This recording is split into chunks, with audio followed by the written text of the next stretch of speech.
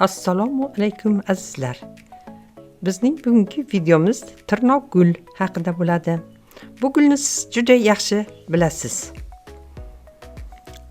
Tirnoq gul astroguldoshlar oilasiga kiradi. Turkum nomi latincha Calendae so'zidan olingan.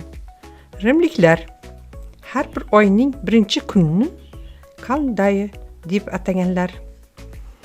O'simlikning guli ertalab ochilib, kechasi yopiladi.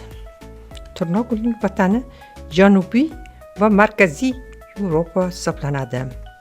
Uning kimyoviy tarkibi bu o'simlikning gullari tarkibida karotin, efir moylari, azotli shilimshiq moddalar, qatronlar, organik kislotalar.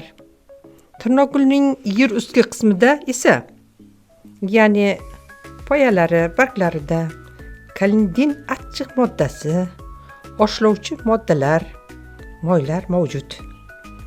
Xalq tabobatida tabiblar undan siydik haydaydigan, balg'am ko'chiradigan, terlatadigan dori sifatida foydalanadi. Buyuk tabib Ibn Sino ham tirnoq gulni kal kasalligi bilagini davolashda foydalangan hamda ilon, chayon chaqqanda buyurganlar. Zamonaviy tibbiyotda tirnoq gul preparatlari markaziy nerv sistemasini tinchlantirib, yurak ishini maromiga keltirishi, kasallik tug'diruvchi bakteriyalarga halokatli ta'sir qilinishi aniqlangan.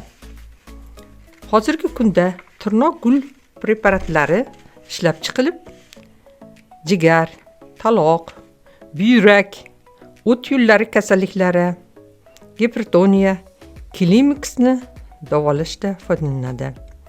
Uy sharoitida dori tayyorlash.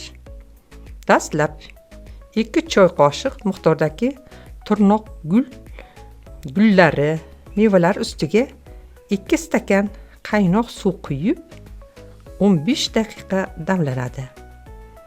Vaqt o'tgach suzib olinib, yarim stakandan 3 mahal ichiladi. Faqat shifokor maslahati asosida. Bu damlama tomoq chayishda, oshqozon yaralarini, jigar xastaligini davolashda ishlatiladi.